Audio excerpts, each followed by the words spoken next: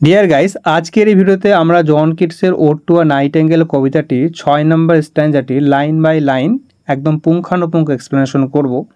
এর আগের 5টি স্ট্যান্জা তোমাদের 5টি ভিডিওতে কমপ্লিট করানো হয়েছে। যদি তোমরা সেই ভিডিওগুলো না দেখে থাকো, সেই ভিডিওগুলোর লিঙ্ক আমি এই ভিডিওর ডেসক্রিপশনে দিয়ে রাখবো, সেখান থেকে চাইলে তোমরা দেখে নিতে পারো। এসএসসি ইংলিশের যে 9-10-এর প্রত্যেকটা সিলেবাসের পুরোটা এমসিকিউগুলো পুরোটা কিন্তু কমপ্লিট করানো হয়েছে। তোমরা যদি সেগুলো না দেখে থাকো তাহলে অবশ্যই চ্যানেলে ভিজিট করবে, দেখে নিও সেখান থেকে। হ্যাঁ, আর সেই ভিডিওগুলোতে আশা করছি দেখে 2-1টা কিন্তু গিয়ে ভুল রয়েছে। তো দেখা যাচ্ছে এই ভুলগুলো কিন্তু বিশেষ বড় বড় ভিডিও কারণেও হয়ে গেছে, বা নিজের অনিচ্ছাকৃতভাবে কিছু কিছু ভুল হয়ে গেছে। তো আমি বলবো তোমাদের সেই ভুলগুলো আমাকে ক্ষমাপ্রার্থী দৃষ্টি দেখবে একটু। আর তোমরা অনেকে পিডিএফের কথা বলছিলে, তো কি হচ্ছে যে পিডিএফগুলো, আগের যে পিডিএফগুলো রয়েছে সেই পিডিএফগুলোতে কিছু কিছু যেহেতু ভুল রয়েছে, সেই পিডিএফগুলো আমি চাই না তোমরা সেই ভুলগুলো কালেক্ট করো। তো আমি চাই সেই ভুলগুলো যাতে কারেকশন করে দিতে পারি। তো কিন্তু সেই সময়টুকু আমি পাচ্ছি না যে তোমাদের কারেকশন করে দেবো। তোমরা দেখতেই পাচ্ছ যে ভিডিওগুলো আমি কিন্তু এই এক্সট্রিম সময়ে এসেও তোমাদের কিন্তু রেগুলার ভিডিও দিতে পারছি না। তো তার জন্য আমাকে অনেক বিশেষভাবে ক্ষমা করে দিও। আমি চেষ্টা করবো তা ভিডিওগুলো যত তাড়াতাড়ি দেওয়া সম্ভব, কিন্তু নানা রকম সমস্যার কারণে দিতে পারি না। তো চলো বেশি কথা না বলে আমি তোমাদের আজকে 6 নম্বর স্ট্যান্জারটির লাইন বাই লাইন একদম পুঙ্খানুপুঙ্খ আলোচনা করব।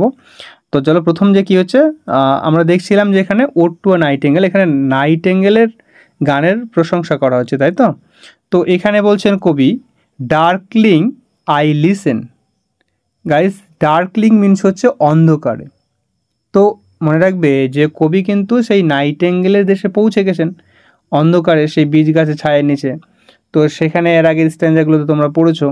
তো কি বলছে, ডার্কলিং সেই অন্ধকারে আই লিসেন, আমি শুনতে পাচ্ছি, ঠিক আছে, ফর মেনি আ টাইম, অনেকবার, ঠিক আছে, আমি কিন্তু অনেকবার এই অন্ধকারে তোমার হচ্ছে গান শুনেছি বা শুনতে পাচ্ছি অনেকবার ধরে।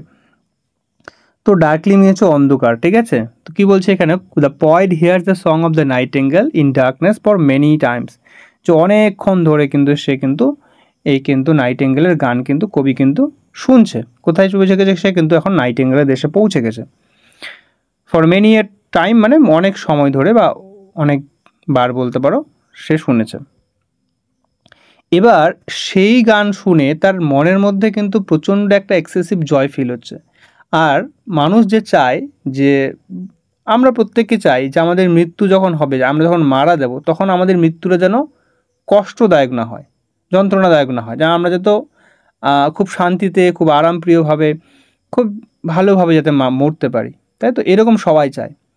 তো কষ্টের মধ্যে কেউ মরতে চায় না। তো কবিরও এখানে তার একটা মনে একটা ইচ্ছা, যে বলছে, কি বলছে এখানে দেখো নেক্সট লাইনে, I have been half in love with spool death.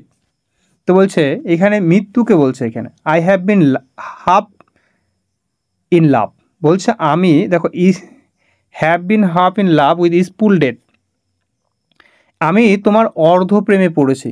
তো কবি বলছেন মৃত্যুর কাছে, এখানে মৃত্যুকে বলছে আর কি, হ্যাঁ, যে আমি তোমার অর্ধেক প্রেমে পড়েছি উইথ স্পুল ডেথ।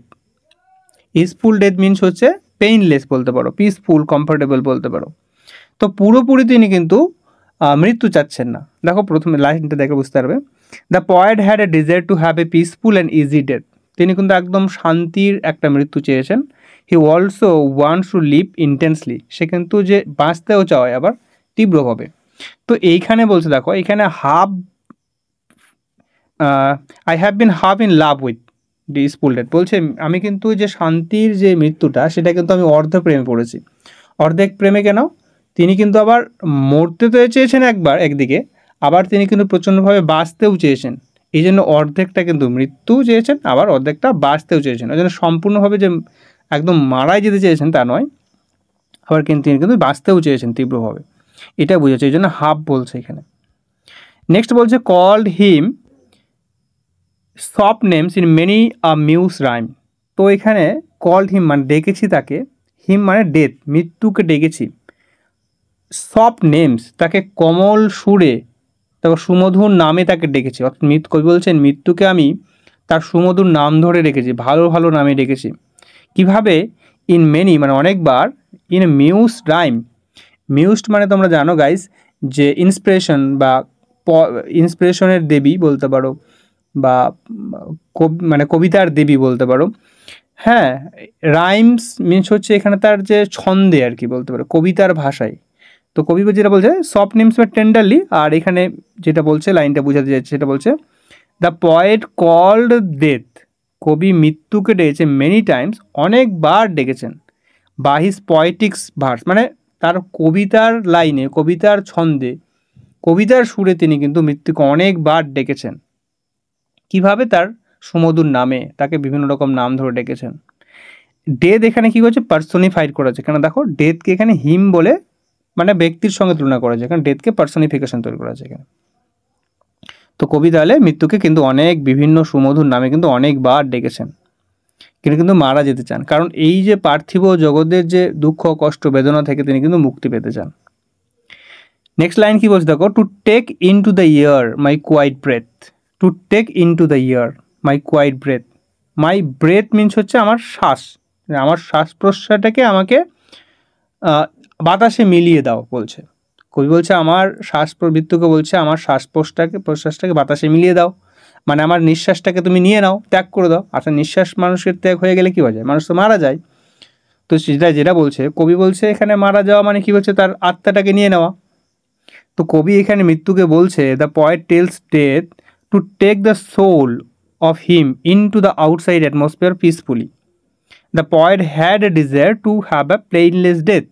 তো কবি বলছে যে আমার আত্মাটাকে তুমি আমার থেকে বাইরে বের করে বাতাসে মিশিয়ে দাও, আমার শ্বাসটাকে, যেটাকে শ্বাস মানে এখানে আত্মাটাকে বলছে।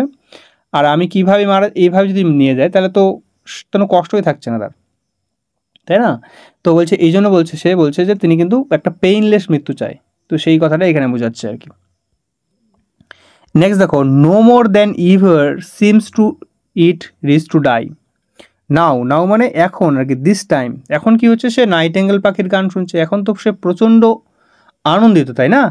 মোর than ever seems it rich to die, যেটা বলছে hearing the song of the nightingale the poet feels excessive joy, প্রচণ্ড এই নাইটেঙ্গেলের গান শুনে সে প্রচণ্ড একদম জয় ফিল করছে, আনন্দ ফিল করছে, এবং সেই কারণে সেই আনন্দতেই তিনি কিন্তু মারা যেতেন। তিনি যখন দুঃখ কষ্ট আছেন তখন কিন্তু মারা যেতে যাচ্ছেন না, বলছে আমি এখন প্রচণ্ড আনন্দে আছি, আমার মৃত্যুটা তুমি এখনই আমাকে মৃত্যু দাও আমাকে। হ্যাঁ, তো এখানে কবি বলছে এখানে the more than ever seems মানে কি বলছে, কবি কিন্তু এর আগেও মৃত্যুকে অনেকবার ডেকেছেন, কিন্তু এখন কবির কাছে মৃত্যু আগের চেয়ে অনেক বেশি আকর্ষণীয় এবং মূল্যবান মনে হয়েছে, কারণ তিনি এখন প্রচণ্ড আনন্দ ফিল করছেন। এই কারণে কবি বলছে যে আমি আগে অনেকবার তোমাকে ডেকেছি, কিন্তু এখন এই নাইটেঙ্গেল পাখির গান শোনার পরে আমার মনের মধ্যে প্রচণ্ড আনন্দ, আর এই জন্য আমার মৃত্যুটাকে আমার কাছে সব থেকে এখন আকর্ষণীয় এবং মূল্যবান মনে হচ্ছে, এবং রিচ, এই যে বলছে এখানে রিচ। ঠিক আছে, নেক্সট দেখো লাইন গাইস, পরের লাইনটা বলছে to to cease upon the midnight with no pain. তো কবির ইচ্ছা টু সিজ মিনস হচ্ছে ডাই, মানে মারা যাওয়া আর কি। এখানে দেখো ডাই কথাটাকে সিজ বলেছে, যেটাকে ইউফেমিজম বলা হয় ফিগার অফ স্পিচ যদি আমরা দেখি। অর্থাৎ কোনো ইউফেমিজম মানে কি, কোনো কর্কশ শব্দটাকে, রাফ যে ওয়ার্ডটাকে, যে হার্শ ওয়ার্ড, সেটাকে আমরা যখন সফটভাবে বলি, কোমলভাবে ব্যাখ্যা করি, ঠিক আছে? যেমন আমরা মৃত্যুবরণ করেছে না বলে আমরা বলি কি, পরলোক গমন করেছে, ঠিক আছে, তার আত্মার শান্তি হয়েছে, ঠিক আছে, এরকম কিছু বলি আমরা, তো সেটাকে ইউফেমিজম বলা হয়। তো to cease upon the midnight with no pain, তো কবির মনের ইচ্ছাটা কি, যে লাইনটা বোঝাচ্ছে দেখো, the poet wants to die peacefully and without feeling any pain. কবি বলছেন যে আমি যে মারা যেতে চাই সেটা পিসফুলি মারা যেতে চাই, কোনো রকম যন্ত্রণা যাতে আমি না পাই।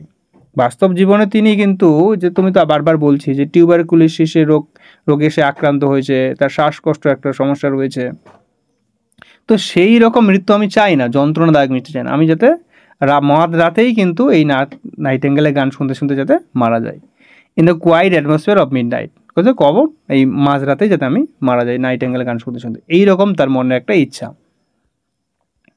নেক্সট লাইন কি বলছে দেখো, হোয়াইল দাউ আর্ট পোরিং ফোর দাই সোল অ্যাব্রোড। তো হোয়াইল মানে যখন, দাউ মিনস এটা আর্কাইক ফর্ম, দাউ মিনস হচ্ছে ইউ মানে তুমি, আর্ট এটা হচ্ছে আর্কাইক ফর্ম, যেটা হচ্ছে আর হবে আর কি, মানে ইউ আর পোরিং ফোর্থ। দেখো ফোর্থ মিনস হচ্ছে লাউডলি, পোরিং ফোর্থ যদি বলি আমরা কি হচ্ছে, মানে নাইটেঙ্গেল পাখিটা একদম কি হচ্ছে, singing in fullness of joy, অর্থাৎ আনন্দে একদম মন খুলে একদম উচ্চ স্বরে গান করছে সেটা বলছে। দাই সোল অ্যাব্রড, দাই সোল অ্যাব্রড, এখানে এই দাই সোল অ্যাব্রড মানে কি হচ্ছে, এই যে নাইটেঙ্গেল পাখির যে গানটা, সেই নাইটেঙ্গেল পাখির গানটা খুব মেলোডিয়াস, এবং এই গানটা অ্যাব্রড মিনস হচ্ছে দূর থেকেই শোনা যাচ্ছে, এত জোরে গান করছে এবং এত সুরেলাভাবে গান করছে যে তার গান তুমি মন খুলে গান করছো। এখানে দা ওয়ার্ড পোরিং ফোর্থ মানে একদম উচ্চ স্বরে গান করছে মন খুলে প্রাণ ভরে, আর এটা দূর থেকেই শোনা যাচ্ছে, সেটাই বলছে এখানে। আর ইন সাচ অ্যান এক্সট্রেসি, এত আনন্দে বলতে পারো, এক্সট্রেসি মিনস হচ্ছে ফিলিং অর ইমেন্স জয়, প্রচণ্ড জয়, এত আনন্দে তুমি গান করছো, এই কথা বলছে। এবার কবি কি বলছেন, স্টিল উডস দাউ Singh I have ears in vein. তো কি বলছে এই লাইনটা দেখো, তো কবি বলছে আমি কিন্তু যখন মারা যাব তখনও তুমি কিন্তু গান গাইতে থাকবে, আর আমার কান সেই গান শুনতে কিন্তু ব্যর্থ হবে, আমার কান শুনতে পারবে না। তো সেটাই বলছে স্টিল উডস দাউ সিং, এর মানে হচ্ছে কি বলছে, even after the death of the poet, যখন কবি মারা যাবেন তখনও nightingale would sing it song, তখনও যাতে কবি নাইটেঙ্গেল গান করে। কবি নাইটেঙ্গেলকে বলছে আমি যদি গিয়ে থাকি, মারা যাই, তবুও তুমি তোমার গান থামাবে না, তুমি তবুও তোমার গান করতে থাকবে। এমনকি তোমার গান হয়তো আমি শুনতে পাবো না, আমার কান শুনতে পাবে না। I have ears in vain মানে after the death of the poet would not be able to hear the song of the nightingale, এই যে সুরেলা মিষ্টি বন্ধুর গান সেই নাইটেঙ্গেলের, সেটা কিন্তু কবি আর শুনতে পাবে না, তিনি শুনতে ব্যর্থ হবে তার গান, কারণ মরা মানুষ তার গান শুনতে পায় না, তাই না। With his death his years will lose there ability to here, তো এই মৃত্যুর মধ্য দিয়েই কবি কিন্তু কী হচ্ছে, তার যে শোনার যে ক্ষমতাটা সেটা কিন্তু হারিয়ে ফেলবেন। তো এই রকম যদি মারাও যাই তবুও তুমি গান থামাবে না। আর কি বলছে, আমি যদি মারা যাই তাহলে কি হবে, তোমার যে গানটা সেটা বলছে টু দাই হাই রিকুয়েম। তো এখানে দাই মানে তোমার, হাই রিকুয়েম মানে গাইস রিকুয়েমেন্টস হচ্ছে, দেখো যেটাকে আমরা বলি, যেমন আমরা হিন্দুদের যেমন বলি, কি বলি যে আমরা বলো হরি হরি বল যেমন বলি, ঠিক আছে, তারপরে হিন্দিতে বলে রাম নাম সাকতে।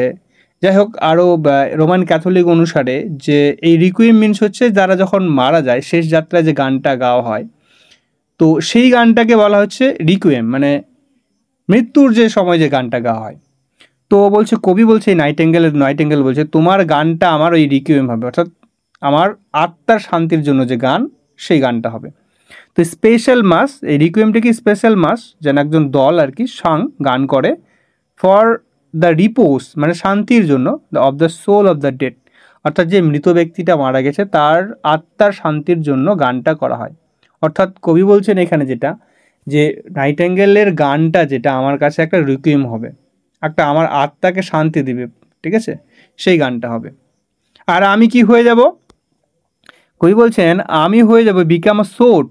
বিকাম আ সোর্ড মিনস হচ্ছে গাইস, সোর্ড হচ্ছে, দেখো তোমরা ছবিতে দেখতে পাচ্ছ যে গ্রাউন্ডে আমরা যদি দেখতে পাই যে ওই ঘাসের যে একটা কি বলবো, আর ঘাসের হচ্ছে, দেখো ছবিতে দেখতে পাচ্ছ তোমরা ক্লিয়ারলি, ঘাসগুলোকে লাগানো হয় না একটা গর্ত, ঠিক সেরকমটা আর কি বলছে। তো এখানে বলছে, যেটা বলছিল আগের লাইনটা একটা ছাড়া বলে দিলাম, the song of the bird will be converted to a song of prayer for the rest of the soul of the point death, অর্থাৎ কবির মৃত্যুর পরে যে মৃত্যুর সময় হচ্ছে তার এই যে নাইটেঙ্গেলের গানটা তার কাছে একটা কি হচ্ছে, এই যে প্রেয়ার গান হবে আর কি, তার আত্মাকে শান্তি দেওয়ার জন্য, যেটাকে রিকুইম যেটা বললামই। আর বিকাম আ সোর্ড মিনস হচ্ছে, আমি যেটা বললাম যে ছবিতে তোমার দেখালাম একটু আগে, তো বিকাম আ সোর্ড মিনস হচ্ছে turf or piece of Partha, ঠিক আছে, মাটির যে টুকরো যেখানে হচ্ছে ঘাস লেগে থাকবে আর কি। হ্যাঁ, ডিপ যেটা বলছে আর কি, কবি বলছে আমি তো মারা যাব আর আমার উপরে কবর দেওয়া হবে, আমার উপরে সেই ঘাস জমে যাবে, তো আমিও তো সে ঘাসে হয়ে যাব, তাই না, আমার তো শরীর মাটি হয়ে যাবে, তো আমি তো আর ওই ঘাসের মাটির মতোই, আমি তো আর কথা বলতে পারবো না, শুনতেও পাবো না, ওইটা এই জন্য বলছে become a so deep as a clod of earth, মাটির যে কাদা যেরকম হয়ে যায়, বোবা হয়ে যায়, কালা হয়ে যায়, শুনতে পায় না, সেরকম তো আমি হয়ে যাব। তো কবি যেটা ইচ্ছা প্রকাশ করছে, he would be a thing, সে একটা জিনিসে পরিণত হবে উইদাউট পাওয়ার অফ ফিলিং, মানে কোনো রকম তার ফিলিং থাকবে না, এইরকম একটা কিন্তু সে জিনিসে পরিণত হবে। তো এইটাই ছিল কবিতা তোমার 6th স্ট্যান্জাটি। এই ছিল, তোমাদের কোথায় বুঝতে অসুবিধা হচ্ছে অবশ্যই জানাবে, আর নেক্সট পার্টটাও আমি তাড়াতাড়ি দেওয়ার চেষ্টা করব। তাহলে ভিডিওটা ভালো লাগে থাকলে অবশ্যই একটা ভিডিওটা লাইক করে দিও, ঠিক আছে? তো থ্যাংক ইউ, তাহলে এই পর্যন্তই। Okay guys.